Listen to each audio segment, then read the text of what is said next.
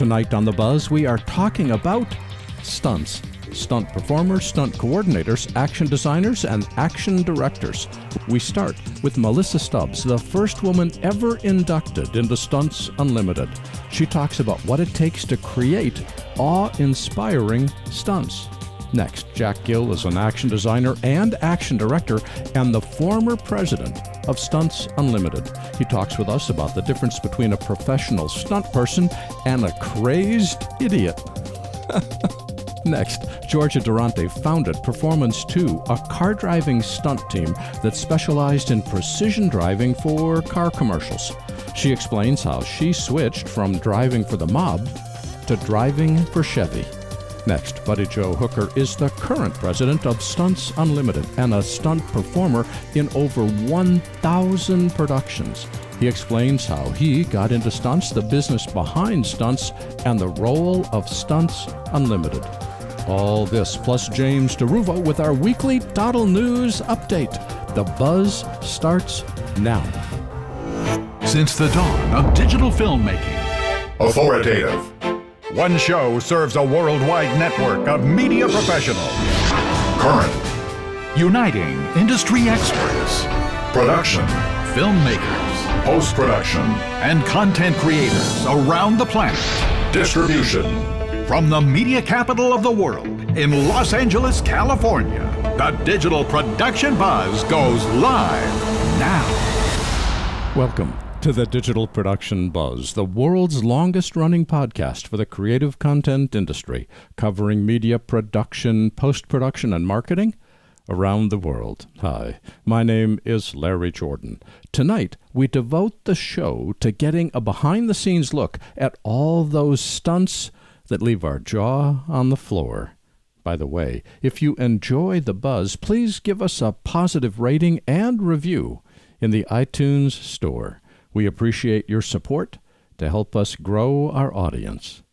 And now it's time for our weekly doddleNEWS update with James DeRuvo. Hello, James. Happy Thursday, Larry.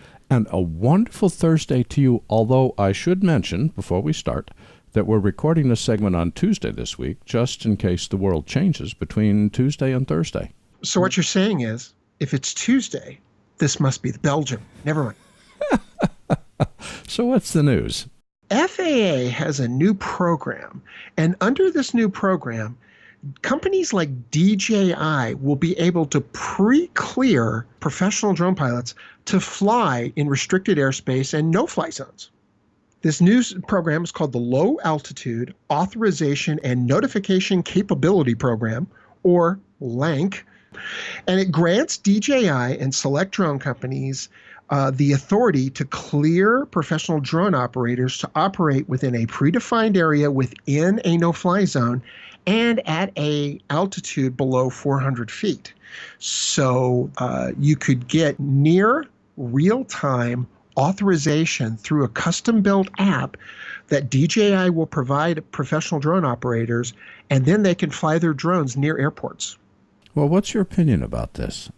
With Part 107 certification as a commercial drone pilot comes certain advantages that the rest of us don't enjoy, but also comes certain responsibilities. Like you have to have insurance, you have to pass a certification exam, you have to do all of these things and receive a certain amount of training, and you have to have like your N number on your drone. So there's advantages and responsibilities. And while recreational drone pilots can apply for a waiver to operate within restricted airspace, it's very hard to get and it takes a long time. So through the LAANC program, certified pilots can pretty much fly where they need to as long as they are cleared by DJI and other companies. So if you're planning on doing any serious aerial cinematography, I think it pays in the long run to get your certification. You know, James, it's funny that you mentioned drones this week, because next week we're devoting our entire show to drones. We'll be talking with companies like DJI about this specific issue, as well as Robo and Pond 5 and others, to discover the latest in technology and legal issues regarding flying a drone. I know, I can't wait, because drones are like, one of my favorite things. Very true. What's your second story? Iographer has finally created a one-size-fits-all multi-case for cross-platform mobile filmmaking. This new adjustable multi-case smartphone stabilizer cage fits any iPhone above the iPhone 6, as well as Android phones from Samsung, LG, Motorola, and the Google Pixel 3. The protective cases no longer need to be taken off your phone, so that's another good thing. And you can still use your third-party lenses like Moment, Olloclip, and even Iographer's own clip-on brand. And it comes with several shoe mounts for accessories like external microphones and quarter-tranny tripod mats in landscape and portrait mode. Why is this necessary? Well, if you're into mobile filmmaking, it used to be that when you upgraded your iPhone, you'd have to upgrade your Iographer to go with it. So add another $80. But that's no longer the case. This new multi-case is adjustable, much like the Beast Grip is, and it's very affordable at under $80. So this could be the last smartphone cage you ever need if you're a filmmaker. James, I cannot believe that you're using iPhone and filmmaking in the same sentence. How much the world has changed. Just seems like only yesterday that Steve Jobs was saying you'll never need an app on your iPhone, and now we're making movies with it. What's your third story? At Photokina this week, Sigma showed off 5 new lenses. It was only a couple of weeks ago at IBC that they announced 3 Cineprime lenses, and now they're announcing 5 new lenses in their art, sport, and contemporary lines. These lenses range from 28 millimeter to a massive 60 to 600 millimeter f4.3 to 6.3 sports lens. They are designed for Panasonic's new full-frame mirrorless camera. You can add the L-mount adapter to put them on that camera. 4 out of the 5 are for full-frame 4K shooting, while the middle-range Sigma 56mm Contemporary is designed for Micro Four Thirds shooters in mind. You've been a fan of Sigma lenses for a long while. What are your thoughts on these new 5? I really am. I mean, Sigma is the lens that gives you the most bang for your buck. And back when I was selling cameras in college, that was always the lens that I would point to whenever a person was on a budget. But since then, they've gone from being a third-party lens manufacturer to really getting up into that upper-level first-party lens status where they are competing with Canon and Nikon. And even in their cinema line, they're going after these big boys with these incredibly high-performance camera lenses that can shoot on the go, but also give you a cinematic prime bokeh image. They really are worth taking a look at. James, what other stories are you following this week? Other stories we're following include Red unveils a monochrome Monstro sensor for their 8K VistaVision camera. Blackmagic puts out an update to DaVinci 15 with even more new features just a month after its launch.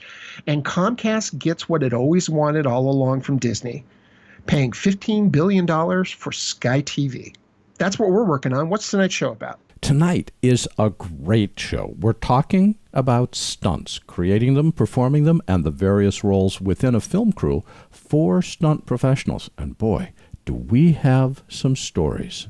You know, that's soon going to be a lost art, being a stuntman. So I look forward to hearing those stories. One of the things you're going to discover as you listen today is that CGI is not taking over stunts. Actually, they're coexisting in a very interesting way. Wait till you hear the interviews. Can't wait. James, where can people go on the web to follow all this industry news? All these stories and more can be found at doddleNEWS.com. And James DeRuvo is the editor-in-chief of DoddleNEWS and joins us every week. We'll see you next Thursday. See you next Thursday.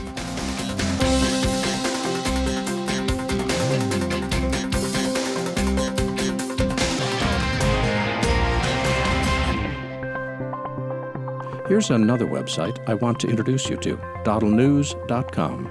DoddleNEWS gives you a portal into the broadcast, video, and film industries. It's a leading online resource presenting news, reviews, and products for the film and video industry. DoddleNEWS also offers a resource guide and crew management platform specifically designed for production. These digital call sheets, along with their app, directory, and premium listings, provide in-depth organizational tools for busy production professionals. DoddleNEWS is a part of the Thalo Arts community, a worldwide community of artists, filmmakers, and storytellers. From photography to filmmaking, performing arts to fine arts, and everything in between, Thalo is filled with resources you need to succeed. Whether you want the latest industry news, need to network with other creative professionals, or require state-of-the-art online tools to manage your next project, there's only one place to go: doddleNEWS.com.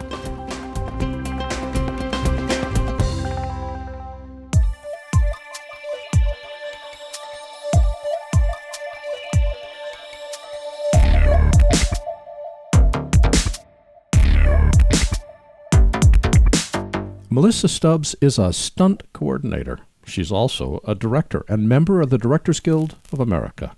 As well, she's a member of the board of the Academy of Motion Picture Arts and Sciences, the only female stunt coordinator ever to be invited to join AMPAS. She's also the first woman member of Stunt Unlimited. Hello, Melissa. Welcome. Hi, how are you, Larry? I am so excited to talk to you. I don't get to talk to stunt people very often, and we've got the whole show devoted to stunt people. I'm having a great time. And so to get us started, how would you define a stunt? So a stunt is many things. It can either be actor action or stunt performers performing the physical. It's physicality, basically. Anything that requires an actor or stunt people to be physical. Whether it's be driving a car, motorcycle, a domestic violence situation, it can even be much as a slap. I've been called in for less than that. How do you balance between having an actor do something and having a stunt person do something?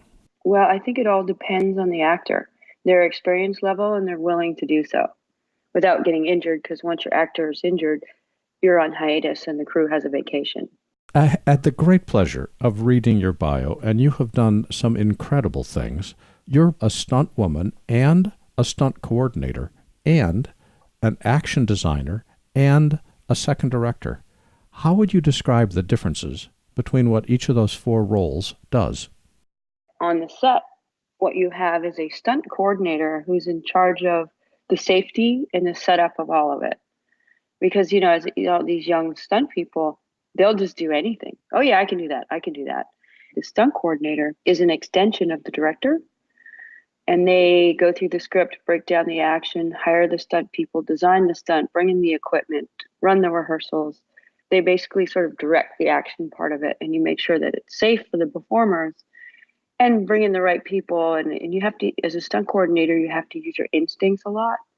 And it's a lot of feel on judging people's mannerisms or their personalities, or if they're too hyped up or too excited, to make sure that they're focused and that no one's going to get injured. On a film set, you're often in a rush. So they push and push and push to get it done. Let's go, let's go, let's go.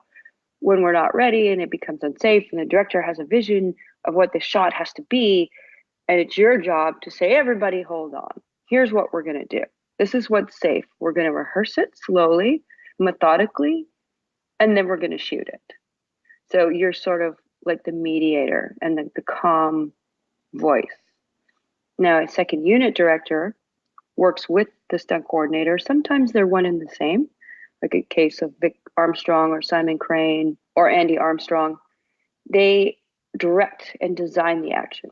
So they go through the script, they sit with the director. Most directors are not action savvy.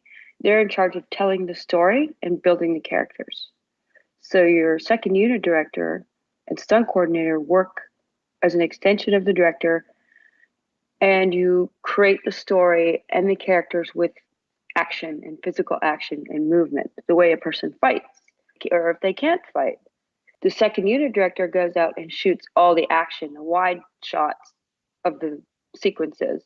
And then the main unit director will come in and shoot the close-ups in the car, or the green screen of the guy on the motorcycle or the woman on the motorcycle.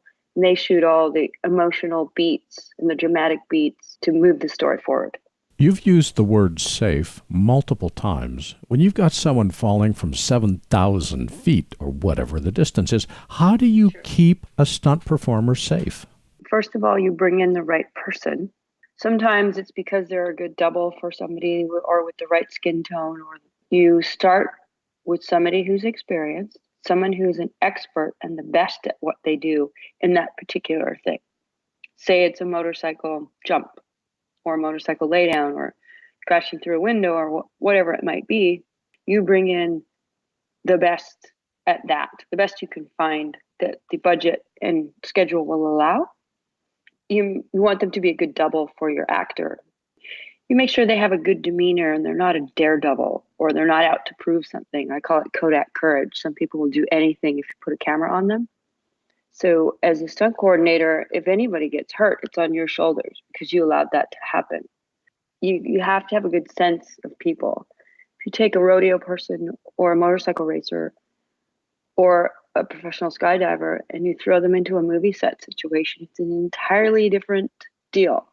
And there's suddenly pressure and you're wearing these costumes and you can't see through the mask and you can't move and it's an entirely different deal. Now, a stunt performer is trained to adapt to any situation quickly and they phase out all the hype, all the people yelling and trying to push you and rush you. And they go into their little stunt bubble and they focus and they're able to do it safely. So it starts with hiring the right people. But let me push back on you. Imagine a young Melissa when you were just a teenager. You weren't the best at being any stunt. You were just starting out. Yep. Why would anybody hire any person who is that inexperienced? How do you get started? How it happened for me was I doubled Kelly Hu and Donna Mills on some television movies back in the day. I was a great double for her. I had never done a high fall in my life. But the stunt coordinator was like, look, you're a great double. I've got this 3-story fall out of the art gallery window. You think you can do it? And I said, listen, never done a high fall, but I'm fearless and I've jumped off a million cliffs. So the stunt coordinator was a female. This was back in the late 80s. And so she took me to her special effects shop. Her husband had a special effects shop and they had stunt mats and airbags and equipment. And so they stuck me at the top of a lift and we worked up to it. And she watched how I learned. We started at 8 feet. We went to 10 feet. And then we ended up working up to 30 feet where I was comfortable falling. And I had done a lot of gymnastics and trampoline and I had a really good body awareness. And it's just a sort of a survival instinct. So in the moment, I'm not thinking, I'm just doing. I don't know what I'm doing, but I know I'm going to do the right thing. It's just, you don't think, you just do. If you're thinking about it, it's too late. You don't have time in those moments. Everything is happening so fast. You have to be trained and prepared and pre-program your brain and your body what it is you're supposed to do in that moment. The stunt coordinator saw some potential in me and she worked with me and we did it on the day and dove out the window, landed right on my head because I couldn't see. It was raining and the lights were in my eyes and they gave me a purse and high heels and a skirt. And I dove out the window with no plan and managed to land it. But it's dangerous. You have to, when you're starting with new people, you have to make sure they're trained properly and that they're going to protect themselves and not just throw themselves into a situation where they're going to get hurt.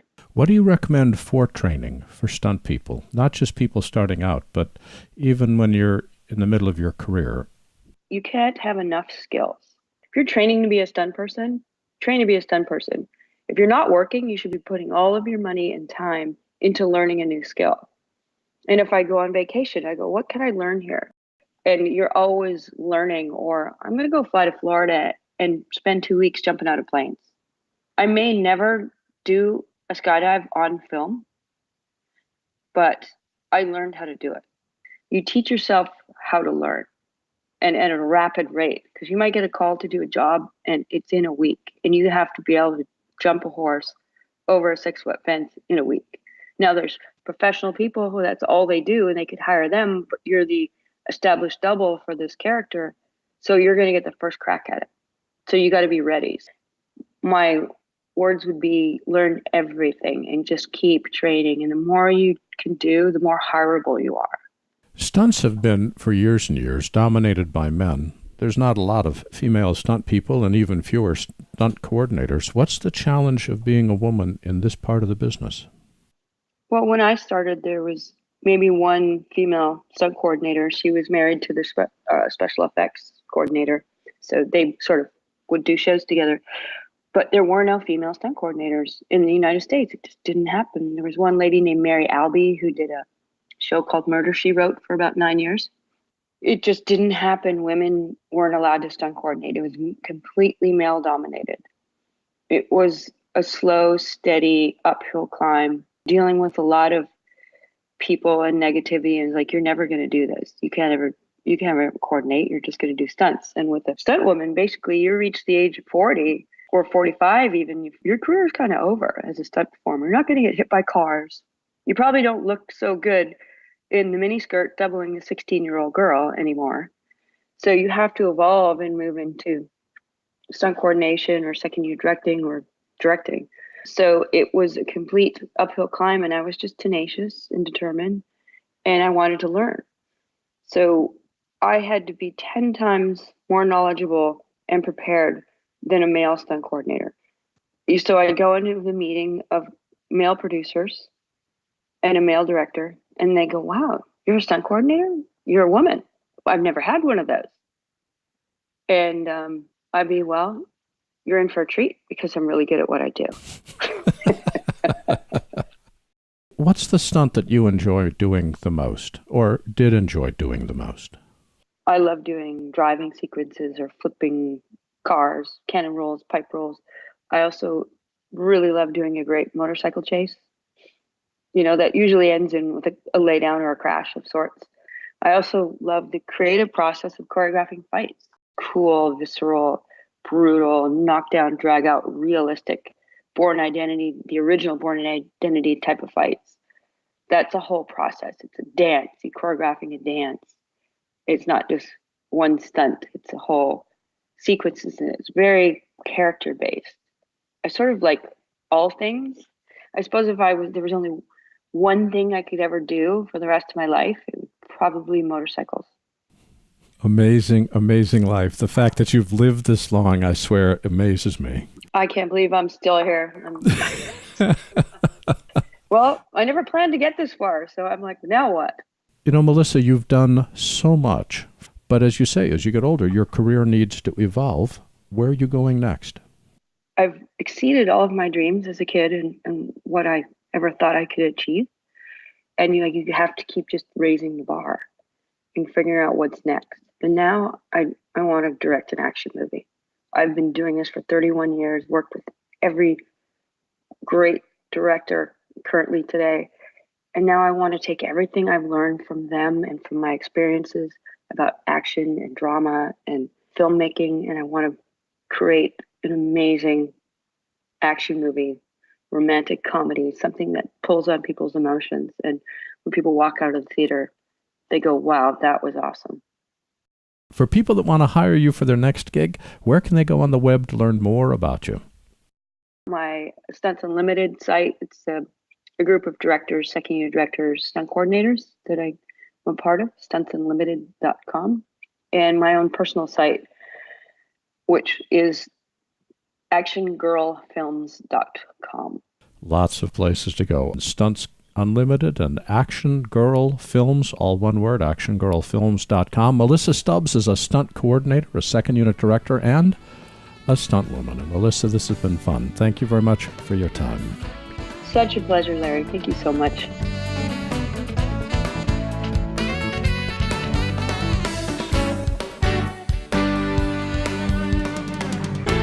Jack Gill is an action designer, action director, and stunt coordinator. He has created some of the movie industry's most memorable action sequences, for example, in Jumanji, Furious 7, and The Fate of the Furious, Ride Along and Ride Along 2, Fast 5, and many more. Jack is a past president of Stunts Unlimited, a member of the Directors Guild of America, the Screen Actors Guild, and the Academy of Motion Picture Arts and Sciences, and has been nominated and won many stunt awards over the past years. Hello, Jack. Welcome. How are you, Larry? I am impressed with your resume. That the fact that you're still breathing, I think, is also pretty much of a shock, too. And I'm still walking around, so that's good, too. How would you describe what you do in broad terms? Essentially, what we're doing as stunt people is we're creating things that other people normally can't do in a safe manner. We're trying to give them something that they've never seen before, and what most people think is completely out of their minds and unsafe, we create a safe environment and get it done. Well, that gets me to my most important question. I look at the images on your website of what stunt people do, and I think these people are crazy. What's the difference between creating a stunt and doing something stupid? Yeah, a lot of people have that feeling when they first see it, and not to say that that changes at all, because every single conversation we have, they say there's just no way we can do this. But what you do is you break it down into pieces. And once you break it down into pieces, you figure out how to do it safely, and that's how you get by it. What does safely mean to you? We're trying to protect the stunt people, number one, because that's where we have to start the whole process. We have to start rehearsing it without anybody around. Then we got to try to protect the crew, the actors, the director, the producers, everybody that's around it, we have to then protect as well. That's where it becomes a little more difficult, because now you're dealing with 300 to 400 people on the crew. And when you've got cars racing through the streets and crashing, it's a big job. So it's not something to be taken lightly, and it's something that you include everybody involved so that you can get input from every single person that's there on the action sequence. Every stunt is different, whether you're falling off a building or racing motorcycles or crashing a car. But when do you want to get involved in the planning of a stunt? The planning of it comes way before we ever even get out there on the set. And usually that's on a feature film. That's a couple of months ahead of time. And you have talked about it, in a boardroom over amongst maybe 5 to 10 people. And then you've discussed it with your stunt team. And then you go out and you rehearse it in a parking lot until you've got it where you can do it 3 or 4 times successfully. And then you say, okay, we've got the kinks worked out, and let's now work the actor into it. So then you have the actor for a couple of weeks, and you work the actor into the pieces that you believe the actor can do safely and do, multiple times, not just once. Once you figure that off, then you take it to the set, and you figure out how to do it in front of cameras and where to set cameras. So there's a lot that goes into this, but it is a process. But wait a minute. If you're crashing cars or sliding a motorcycle across pavement, you can't keep crashing cars over and over and over in rehearsal. What are you actually rehearsing? Well, we're actually rehearsing crashing cars and sliding motorcycles. On Fast and Furious, we're actually doing that. We take junk cars that we buy for $500, and we come in there and we do the actual crash, so we see what's going to happen and where the pieces are going to fly. Even though it's a little different every time, we still rehearse the actual stunt. Now, if it's something that's really, really big that you just can't rehearse, that costs maybe a couple of $100,000 to do, sure, I get your point. You can't rehearse all of that, and then it's an accurate guess as to what's going to happen. I could talk about how stunts are created for forever with you, because it's just such an alien territory for me. But I want to talk about sort of backing up a little bit from a filmmaking point of view. Your title is Action Designer, Action Director. Where did these come from, and what do they mean? Well, they started out essentially back years and years ago, 20 years ago, we were called stunt coordinators and second unit directors, which meant a stunt coordinator pretty much brings all the stunt people onto the set. And then somebody else would say, here's what they do. This guy's going to fall off a horse. This guy's going to get, shot off the top of a building and fall into a mat. Second unit directors were essentially guys who came in and shot a car that drives by a building, or a placard on a guy's desk, or a door opening and closing. Now, over the years, it has become much more. A stunt coordinator has become an action designer, and an action designer pretty much designs every piece of the action sequence from the start, from its inception of trying to figure out what it is, to its actual completion at the end of the movie. And then sometimes you're even hired once the movie's completely over to figure out what you do to pick up all the little pieces to make the movie even better. So action designer has become a lot like a production designer in the art world, is that they come in there and do everything from top to bottom and have a crew. An action designer in our business has a crew of stunt people, or, the action industry. A second unit director on the other end is the guy that films all the action. Second unit just didn't really describe what a second unit director did. So action director pretty much describes, he designs all of the action. He goes in there with the action designer and figures out where the cameras go and how to film each and every aspect of it. So those two terms from stunt coordinator became action designer, and second unit director morphed into, action director. So they are new terms that we are using now to more aptly describe the industry. What's the relationship then between the director and the action designer, or the action director? Very, very close. I mean, they worked hand in hand, usually are working every single day together to try and figure it all out, because, an action designer can design an incredibly exciting piece, But then when you talk to the director, the action director, he has to figure out how to shoot it. And sometimes he does have to break it into pieces. So then you go hand in hand and sit down on a table with a model and you figure out which piece you're going to shoot first, where all the cameras go, where the crew goes, how much the actor is going to do. You know, there's a lot that goes into it. And that's what I think most people don't really understand, is that you don't really shoot these things all in one piece, even though when you're seeing it in the movie theater, it feels like one piece. That's what we're trying to convey. We're trying to keep the movie audience goers to feel like they are part of this sequence, so that they are in the car or jumping off the building or lit on fire. They're really part of the movie. That's what we're trying to do. Jack, you've mentioned the Academy wanting to change the name to Action Designer and Action Director. Why have there not been any awards for stunts?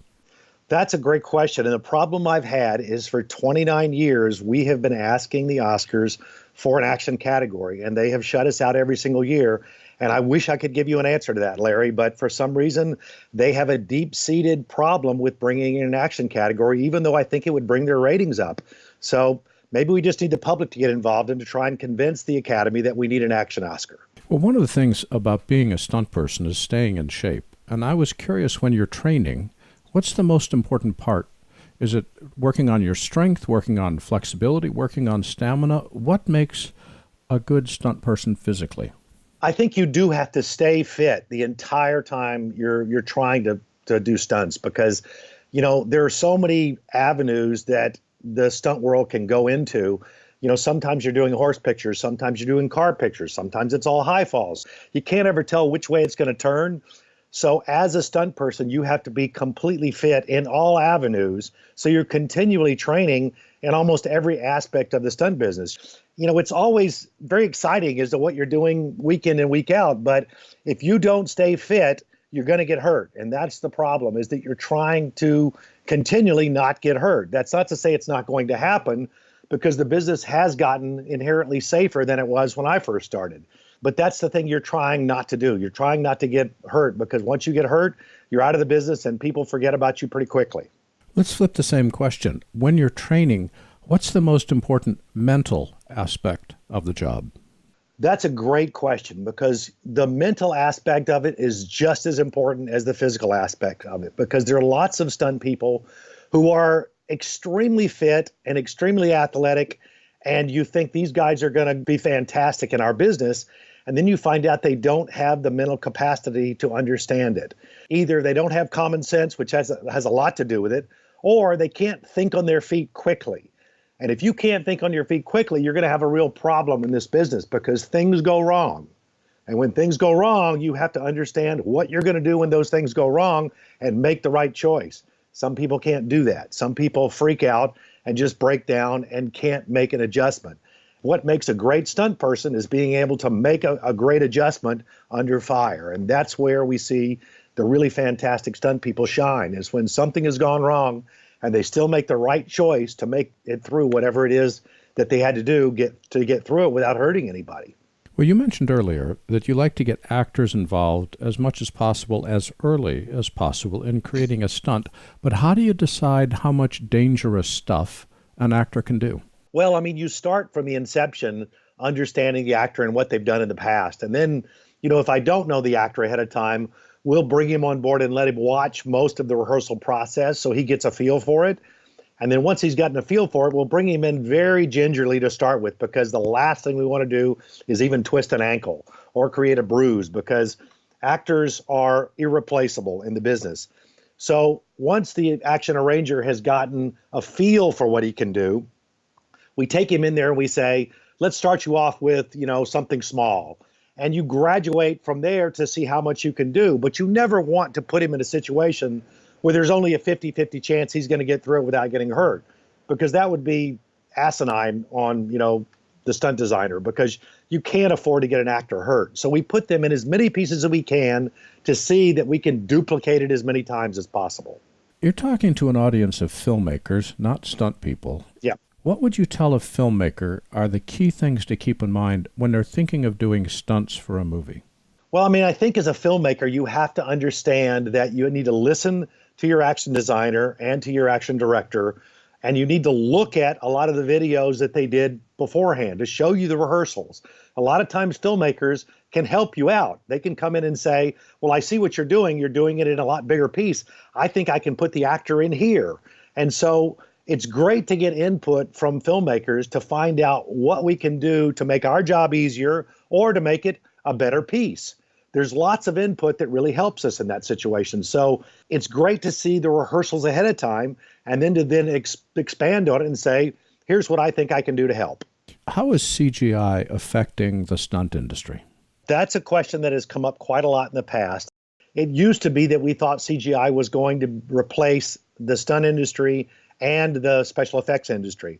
What we found out is that the viewing public, the audience members, are much more savvy than what the studios thought they were, and that they can tell when things go completely into the CGI world. And once that happens, you've lost your audience. They don't really want to go see those movies time and time again.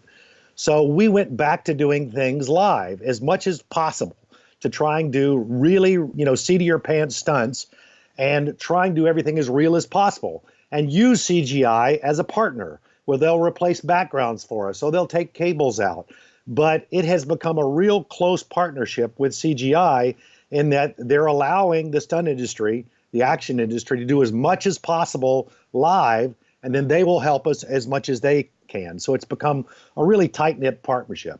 Jack, I could talk to you for hours, but because we have a limited amount of time, for someone that wants to hire you for their next gig, where can they go on the web? You can go to www.stuntsunlimited.com and you can find me there. They'll hunt me down and, I can do whatever you would like. That website is all one word, Stunts Unlimited, S-T-U-N-T-S, Stunts Unlimited.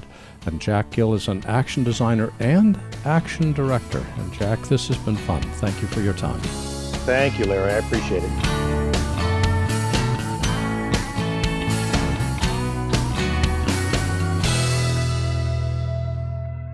Georgia Durante began her career as a model and a getaway driver for the mob. She spun that into a career as one of Hollywood's most successful female commercial stunt drivers. Hello, Georgia. Welcome. Hi, how are you? I am just plain excited to be chatting with you.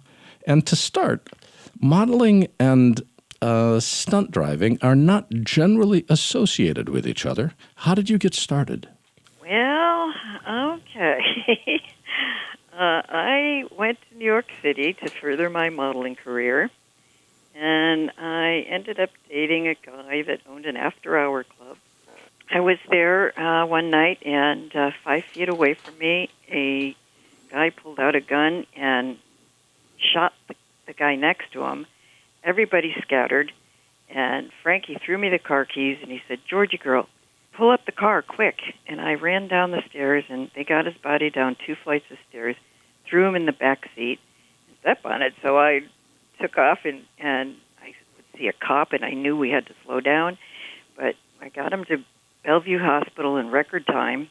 They pulled his body out of the car, left it on the sidewalk, laid on the horn, and we took off.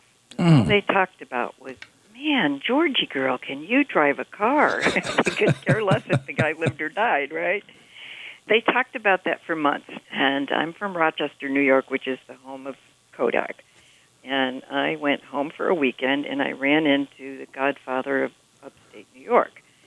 He saw me, and he said, "Georgia, you got to do me a favor." And I said, "Sure, Sammy, what do you want me to do?"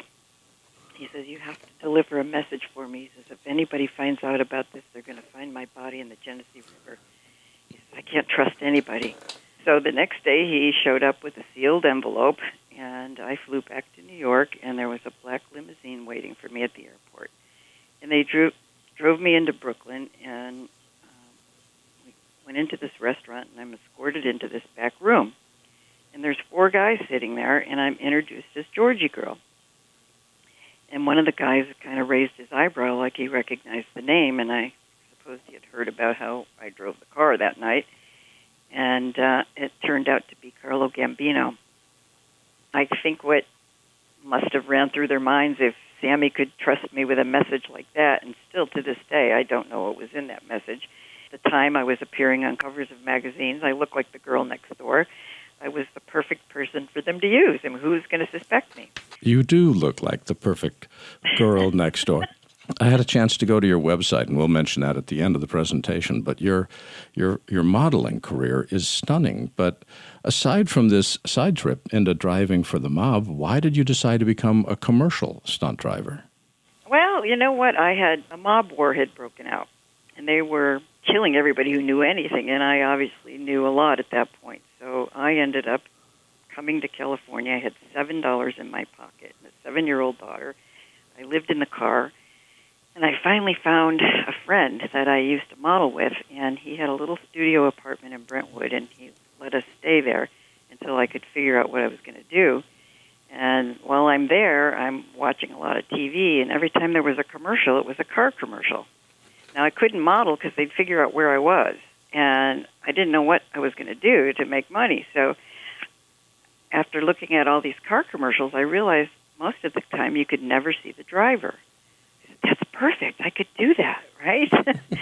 So my friend, who was an actor, he would tell me where they were shooting commercials, and I would drive down to the set, and I'd bug the directors, and they would just look at me like, yeah, sure, she can drive. Uh-huh. And at the time, they were putting wigs on guys. This is back in the 70s, the early 70s. You know, women just weren't doing that kind of thing. But I was persistent, and I kept showing up, and this one director got sick of seeing me, and he said, all right, I'm going to give you a shot. You show up on Tuesday, and we'll see what you can do. So I showed up on Tuesday and showed him what I could do, and I guess he was impressed, and he told the next guy, and before I knew it, I was turning down work. I couldn't do it all. And that's what gave me the idea to start a company with all women. But basically, there was more work for guys than there was for women, so I brought on guys, too. And I went after race car drivers and stunt people and really good-looking women who could drive. And then I trained everybody in precision and started my company. The name of the company again was what? Performance 2, DWO. I've learned that there's two types of driving stunts. One where cars are crashing in all directions, and the other where a team is driving several cars together as one. Which did you specialize in? Both. But as a team, what we would do is kind of like what the Blue Angels did in the air, we did on the ground with cars. Most of our work was car commercials. So there was a lot of that kind of thing in commercials at the time. Still is. Tell us about the process of setting up a car stunt for a commercial. Let's say that you're driving as a team. What's the process? Well, we first figure out what we're going to actually do. Then I have the drivers walk it so that there's no mistakes. Everybody knows where they're supposed to go. Physically walk it, not in a car, but on foot? Yes.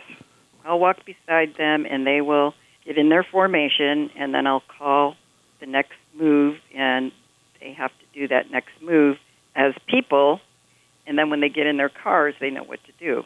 How do you call that?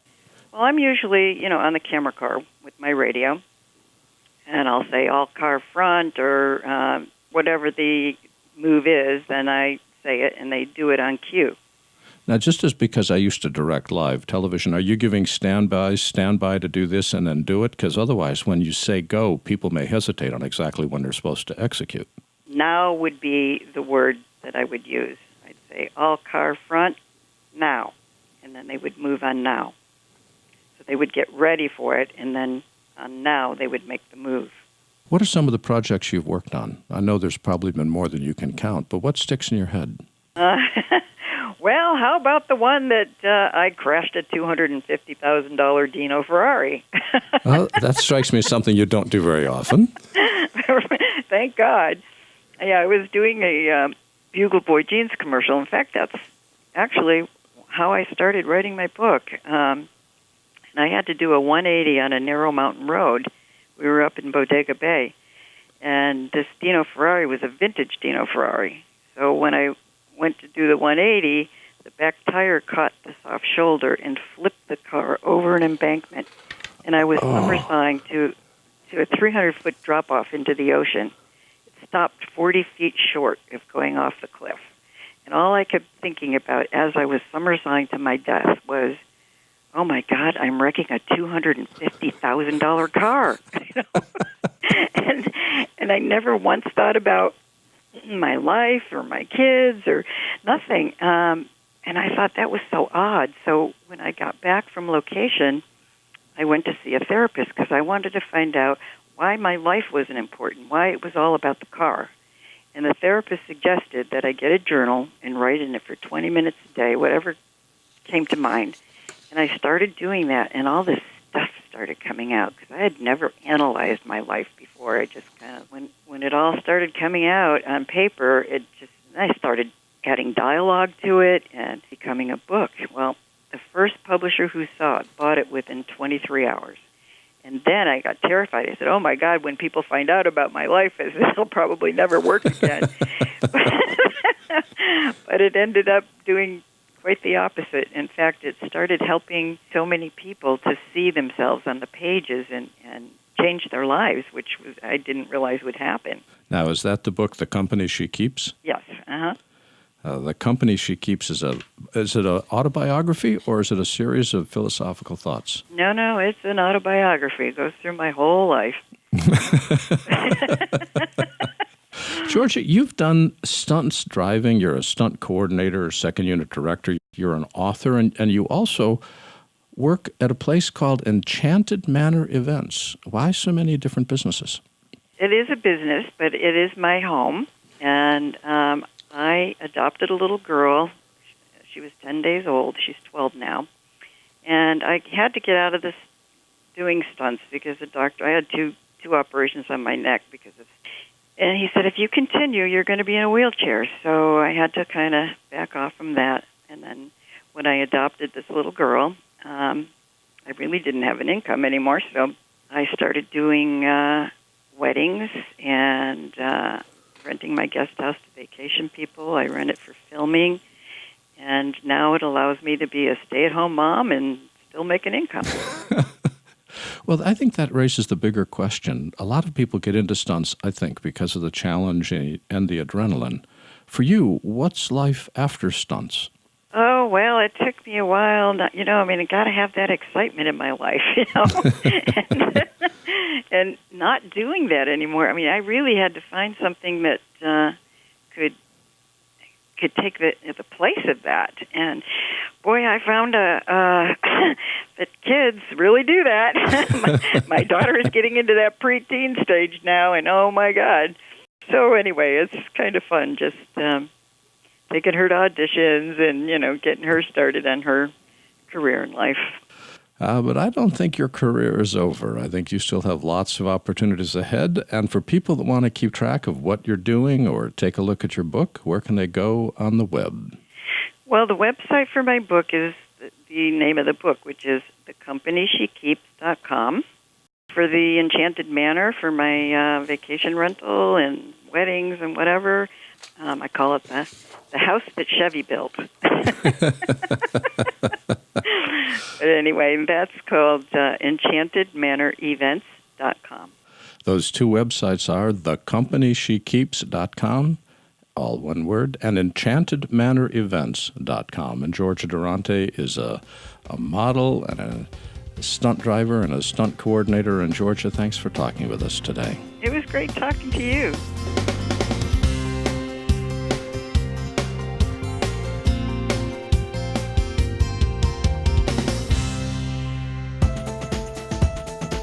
I want to introduce you to a new website, Thalo.com.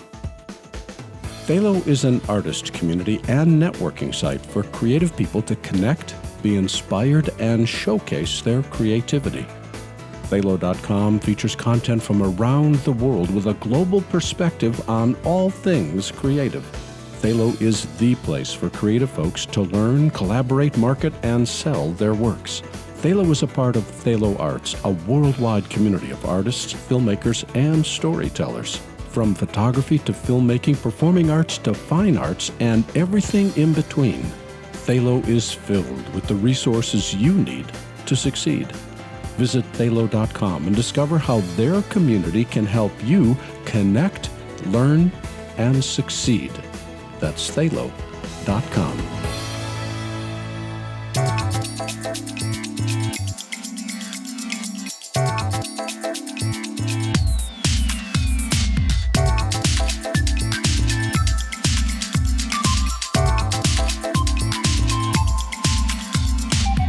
Buddy Joe Hooker began his career 60 years ago as a child performer on Leave It to Beaver and other shows. As a stuntman, he's worked on over 1,000 productions. In fact, the 1978 film Hooper was modeled on his stunt career. He's currently the president of Stunts Unlimited, as well as a member of SAG and DGA and AMPAS. Welcome, Buddy Joe. Good to have you with us. How you doing, Larry? What motivated you to move from acting to stunts? The motivation actually came from my father because my father was a stuntman. That's how I got into it originally. Knowing the pitfalls and the injuries and all the situations that back in that day that stuntmen went through, he didn't want me to be a stuntman. He wanted me to be an actor. So that's how I got into the acting part. I kind of followed that along for a long period and then decided that, acting was a little too docile for me as a person and thought that I was going to revisit the stunt world and went to my father and told him what I wanted to do, and he acquiesced and said that he would help me in any which way he could. And that's how I got back into the stunt business. I started doing stunts when I was 12, working for my father on a TV show, then went to acting, then went back to stunt work. So I'm still in the stunt end of it. It's pretty amazing that you've been able to survive this long, given the stunts that you do. I have been very lucky. I've been grateful that I had a lot of, people that gave me hints along the way, both good ones and bad ones. I was able to see what to do and what not to do, and I was fortunate in the beginning of my career because that's generally where stunt people either make it or break it. And I grew up with a gymnastic, high diving background, so when I got into stunts, I was able to make it through the beginning stages and go from there. Well, that gets me something that both Jack and Melissa mentioned earlier in the show. They talked about an organization called Stunts Unlimited. You were one of the original members of Stunts Unlimited. Tell me about the organization and why it was founded. In the beginning, there was one stunt organization at the time. It was like a fraternal organization of professional stuntmen. And most of anybody that was a credible stuntman was a member of this group. There was 3 guys that had an idea that they wanted to leave the old boy network and start a new stunt group of elite stuntmen, that everybody in the group would be the top of the line stunt person that could do everything. Back in the days when I started, people didn't do one expertise. To make a living at being a stunt person, you had to be able to do everything. What the founding members of Stunts Unlimited did was, there was 14 of us actually, and they came to us and said, hey, we're thinking about forming an elite group of stuntmen. We're going to quit the Stuntmen's Association. We would love to have you guys come along with us. At the time, I was like maybe working 3 or 4 times a year for the old boy network there, and I just jumped at the chance, especially to be involved in something as force multiplying as this, where we were going to have the best guys in the whole industry. That's the way it came down. We had a badass group there of guys that were excellent at every phase of stunt work. So that's basically how it got started, and it's still that way. The only change that we've made is that we understood how viable and important stunt women were. So we were the first organization to embrace full membership of stunt women. It was great. Let's fast forward to today. What does it take to become a member of Stunts Unlimited now? To gain membership in Stunts Unlimited, which we still entertain the idea that we are the best stunt group in the world at this point, is that you have to have 3 sponsors to be at least looked at to be a member. You get 3 sponsors, then those 3 sponsors talk to the members of the group. You go before the board of directors, and if everybody in the board is on board with it and they think that you would be a good member, then it goes to the membership. Like I say, it's a very elite group. We maintain about between 40 and 45 members in our group, and that's it. Most of our guys now are stunt coordinators, second unit directors, first unit directors. Some of them are even producers. So our problem now is that we're running out of Indians, so that we do quite a bit of hiring from the outside. One of the way that we sustained ourselves in the beginning, because the Stuntmen's Association made a statement that they mandated none of their members ever hire any of us in Stunts Unlimited. One of our mandates was that we hired everybody in our group, if at all possible. Today, if I remember correctly, most of us have never, ever been hired by anyone in the Stuntmen's Association, but we hire a lot of them, so it's kind of funny the way things go. Switching to the business side for just a minute, there's so much competition from CGI, and now Disney's got this new robot that does stunts. Can you still make a living as a stunt performer? My feeling is, a lot of people think that CGI has diminished the work for stuntmen, but actually I think that it has enhanced it quite a bit. Is that anything that you see CGI on film is most of it has to be done first, has to be rehearsed, has to do all the lead-in shots, has to do pretty much everything before CGI is implemented to do the kind of stuff that's physically impossible. So to me, I think that CGI has created a huge amount of stunt work. Sometimes you don't see it all, but it has employed and continues to employ a tremendous amount of stuntmen, especially with all the rigging and everything. So I think CGI is a good thing. I could talk to you for hours just hearing stories of the work that you've done, but for right now, tell us where we can go on the web to learn more about the kind of work you've done in Stunts Unlimited. Well, I have a web page that is buddyjoehooker.com. Pretty easy. Of course, there's always IMDb, or they can call me. I'd be happy to talk to them. That website is all one word, Buddy Joe, Joe, buddyjoehooker.com. And Stunts Unlimited is also all one word, stuntsunlimited.com. And Buddy Joe Hooker is the current president of Stunts Unlimited, as well as an unparalleled stunt performer himself. Buddy Joe, thanks for joining us today. Thank you so much, Larry, and look forward to talking to you again. You did a great job.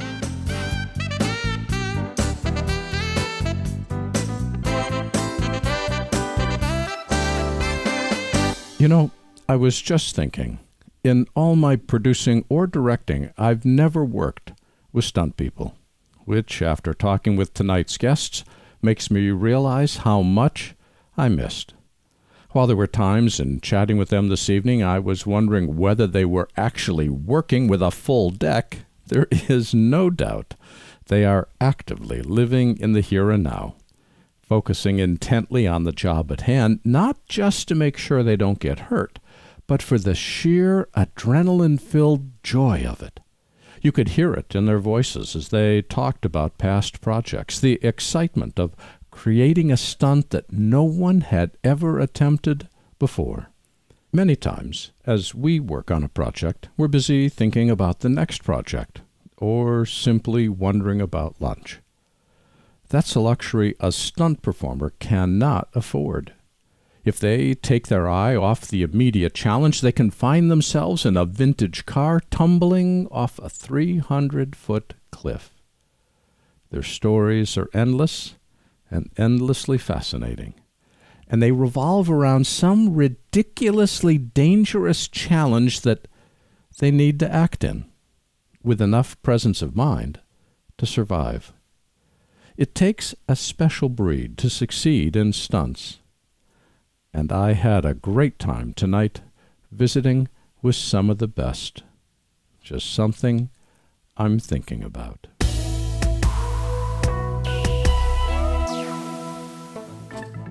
I want to thank all of our stunt performers and guests this week.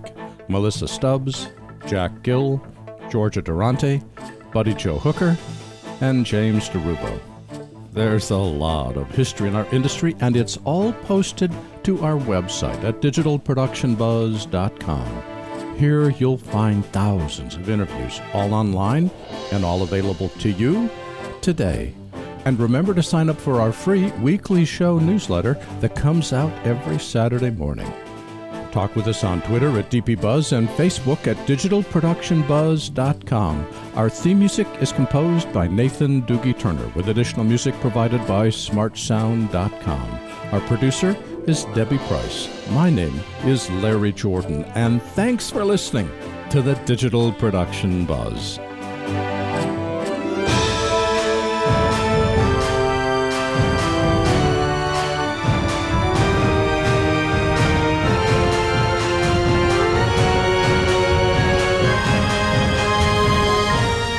The Digital Production Buzz is copyright 2018 by Thalo LLC.